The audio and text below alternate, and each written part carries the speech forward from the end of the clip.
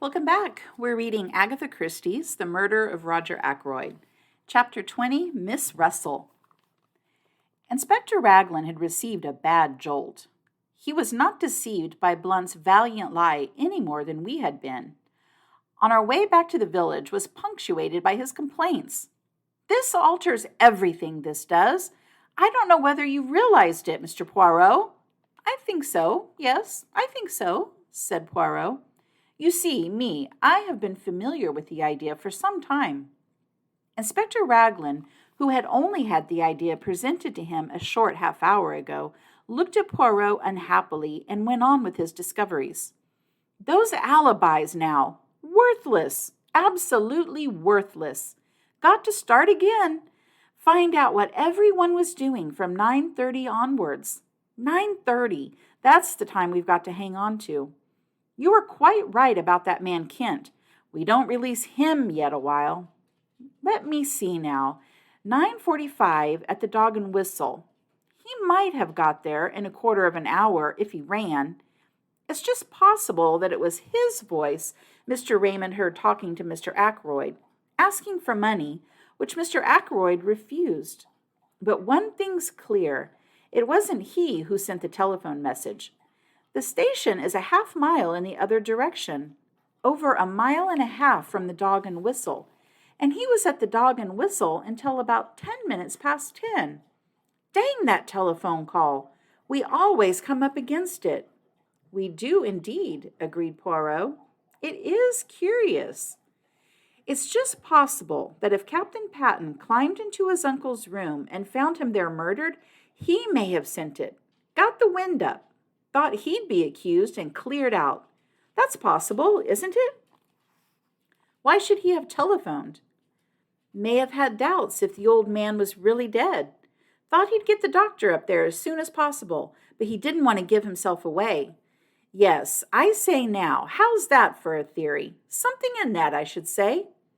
The inspector swelled his chest out importantly. He was so plainly delighted with himself that any words of ours would have been quite superfluous. We arrived back at my house at this minute, and I hurried into my surgery patients, who had all been waiting a considerable time, leaving Poirot to walk to the police station with the inspector. Having dismissed the last patient, I strolled into the little room at the back of the house, which I call my workshop. I'm rather proud of the homemade wireless set I turned out. Carolyn hates my workroom. I keep my tools there, and Annie is not allowed to wreak havoc with the dustpan and brush. I was just adjusting the interior of an alarm clock which had been denounced as wholly unreliable by the household when the door opened and Carolyn put her head in. "Oh, there you are, James," she said with deep disapproval. "Monsieur Poirot wants to see you." "Well," I said, rather irritably, for her sudden entrance had startled me, and I had let go of a piece of delicate mechanism. "If he wants to see me, he can come in here." "In here?" said Carolyn. "That's what I said, in here." Carolyn gave a sniff of disapproval and retired. She returned in a moment or two, ushering in Poirot, and then retired again, shutting the door with a bang. "Aha, my friend," said Poirot, coming forward and rubbing his hands. "You have got rid of me so easily, you see." "Finished with the inspector?" I asked. "For the moment, yes. And you have seen all the patients?" "Yes." Poirot sat down and looked at me, tilting his egg-shaped head on one side with the air of one who savors a very delicious joke. "You are in error," he said at last. "You have still one patient to see." "Not you?" I exclaimed in surprise. Not me. Me, I have the health magnificent. No, to tell you the truth, it is a little complot of mine. There is someone I wish to see, you understand, and at the same time, it is not necessary that the whole village should intrigue itself about the matter, which is what would happen if the lady were seen to come to my house, for it is a lady, but to you she has already come as a patient before." "Miss Russell?" I exclaimed. "Precisement. I wish much to speak with her, so I send her the little note and make the appointment in your surgery. You are not annoyed with me?" On the contrary, I said. That is, presuming I am allowed to be present at the interview. But naturally, in your own surgery? You know, I said, throwing down the pincers I was holding, it's extraordinarily intriguing, the whole thing. Every new development that arises is like the shake you give to a kaleidoscope. The thing changes entirely in aspect. Now, why are you so anxious to see Miss Russell? Poirot raised his eyebrows. Surely it is obvious, he murmured. There you go again, I grumbled. According to you, everything is obvious, but you leave me walking about in a fog. Poirot shook his head genially at me. You mock yourself at me. Take the matter of Mademoiselle Flora. The inspector was surprised, but you were not. I never dreamed of her being the thief, I expostulated. That, perhaps no, but I was watching your face, and you were not, like Inspector Raglan, startled and incredulous. I thought for a minute or two. Perhaps you were right, I said at last. All along I felt that Flora was keeping back something, so the truth, when it came, was subconsciously expected. It upset Inspector Raglan very much indeed, poor man. Ah, the poor man must rearrange all his ideas. I profited by his state of mental chaos to induce him to grant me a little favor. What was that? Poirot took a sheet of notepaper from his pocket. Some words were written on it, and he read them aloud. The police have, for some days, been seeking for Captain Ralph Patten, the nephew of Mr. Roger Ackroyd of Fernley Park, whose death occurred under such tragic circumstances last Friday. Captain Patten has been found at Liverpool, where he was on the point of embarking for America. He folded up the piece of paper again. That, my friend, will be in the newspapers tomorrow morning. I stared at him, dumbfounded. But it isn't true. He's not at Liverpool. Poirot beamed at me. You have the intelligence so quick. No, he has not been found at Liverpool. Inspector Raglan was very loath to let me send this paragraph to the press, especially as I could not take him into my confidence. But I assured him most solemnly that very interesting results would follow its appearance in print. So he gave in after stipulating that he was, on no account, to bear the responsibility. I stared at Poirot. He smiled back at me. It beats me, I said at last, what you expect to get out of that. You should employ your little gray cells, said Poirot gravely. He rose and came across to the bench. It is that you have really the love of the machinery, he said, after inspecting the debris of my labors. Every man has his hobby. I immediately drew Poirot's attention to my homemade wireless. Finding him sympathetic, I showed him one or two little inventions of my own, trifling things, but useful in the house. Decidedly, said Poirot, you should be an inventor by trade, not a doctor. But I hear the bell. That is your patient. Let us go into the surgery. Once before, I had been struck by the remnants of beauty in the housekeeper's face. This morning, I was struck anew. Very simply dressed in black, tall, upright, and independent as ever, with her big dark eyes and an unwonted flush of color in her usually pale cheeks. I realized that as a girl she must have been startlingly handsome. Good morning, mademoiselle, said Poirot. Will you be seated? Dr. Shepherd is so kind as to permit me the use of his surgery for a little conversation I am anxious to have with you. Miss Russell sat down with her usual composure. If she felt any inward agitation, it did not display itself in any outward manifestation. It seems a queer way of doing things, if you allow me to say so, she remarked. Miss Russell, I have news to give you. Indeed, Charles Kent has been arrested at Liverpool. Not a muscle of her face moved. She merely opened her eyes a trifle wider and asked, with a tinge of defiance, Well, what of it? But at that moment it came to me, the resemblance that had haunted me all along, something familiar in the defiance of Charles Kent's manner, The two voices, one rough and coarse, the other painfully ladylike, were strangely the same in timbre. It was of Miss Russell that I had been reminded that night outside the gates of Fernley Park. I looked at Poirot, full of my discovery, and he gave me an imperceptible nod. In answer to Miss Russell's question, he threw out his hands in a thoroughly French gesture. "I thought you might be interested, that is all," he said mildly. "Well, I'm not particularly," said Miss Russell. "Who is this Charles Kent, anyway?" "He is a man, mademoiselle, who was at Fernley on the night of the murder." "Really?" "Fortunately for him, he has an alibi. At 9:45, he was at a public house a mile from here." "Lucky for him," commented Miss Russell. "But we still do not know what he was doing at Fernley. Who it was he went to meet, for instance."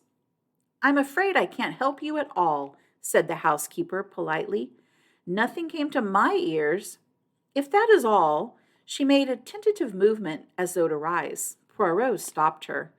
"It is not quite all," he said smoothly. "This morning, fresh developments have arisen. It seems now that Mr. Ackroyd was murdered, not at 9:45, but before, between 10 minutes to 9, when Dr. Shepherd left, and 9:45. I saw the color drain from the housekeeper's face, leaving it dead white. She leaned forward, her figure swaying. "But Miss Ackroyd has admitted that she was lying. She was never in the study at all that evening. Then it would seem that in this Charles Kent we have the man we are looking for. He came to Fernley, can give no account of what he was doing there. I can tell you what he was doing there. He never touched a hair of old Ackroyd's head. He never went near the study. He didn't do it, I tell you." She was leaning forward. That iron self-control was broken through at last. Terror and desperation were in her face. Mr. Poirot, oh, do believe me." Poirot got up and came to her. He patted her reassuringly on the shoulder. But yes, I will believe. I had to make you speak, you know."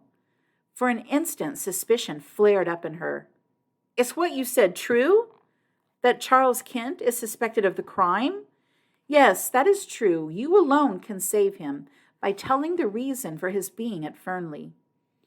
"He came to see me." She spoke in a low, hurried voice. "I went out to meet him." "In the summer house. Yes, I know." "How do you know?" "Mademoiselle, it is the business of Hercule Poirot to know things. I know that you went out earlier in the evening, that you left a message in the summer house to say what time you would be there." "Yes, I did. I had heard from him, saying he was coming. I dared not let him come to the house.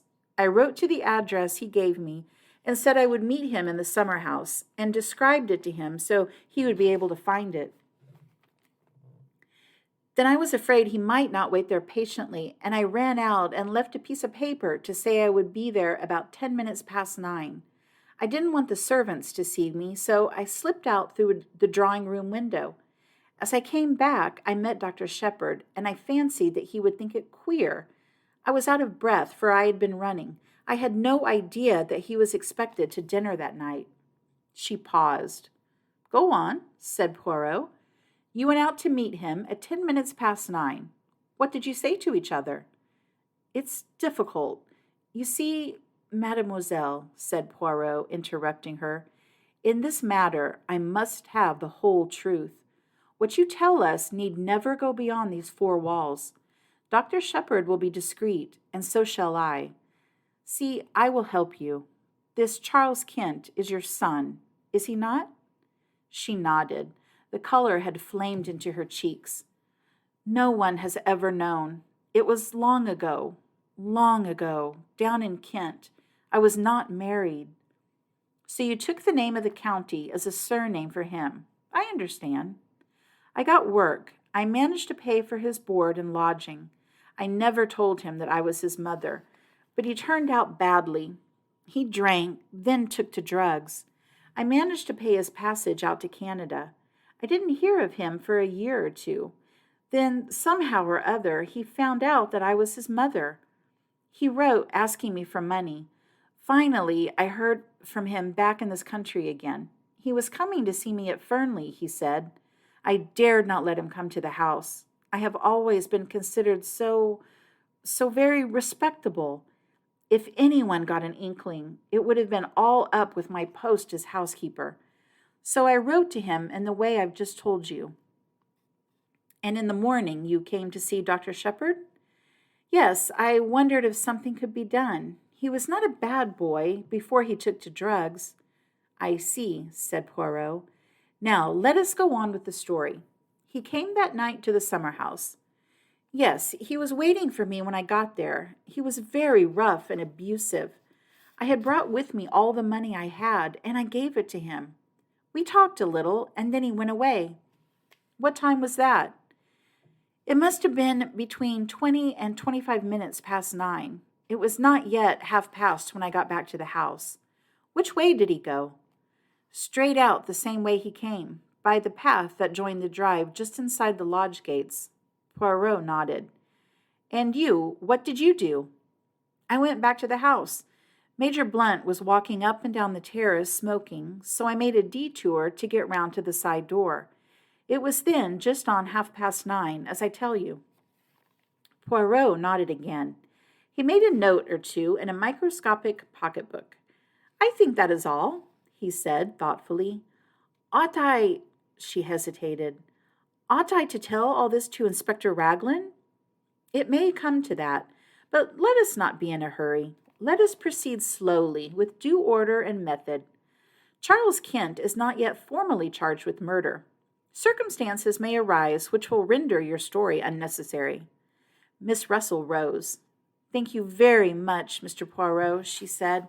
You have been very kind indeed. You do believe me, don't you? That Charles had nothing to do with this wicked murder. There seems no doubt that the man who was talking to Mr. Ackroyd in the library at 9:30 could not possibly have been your son. Be of good courage, mademoiselle. All will yet be well. Miss Russell departed. Poirot and I were left together. So that's that, I said. Every time we come back to Ralph Patten. How did you manage to spot Miss Russell as the person Charles Kent came to meet? Did you notice the resemblance? I had connected her with the unknown man long before we actually came face to face with him. As soon as we found that quill. The quill suggested dope, and I remembered your account of Miss Russell's visit to you. Then I found the article on cocaine in that morning's paper. It all seemed very clear. She had heard from someone that morning, someone addicted to drugs. She read the article in the paper, and she came to you to ask a few tentative questions. She mentioned cocaine, since the article in question was on cocaine.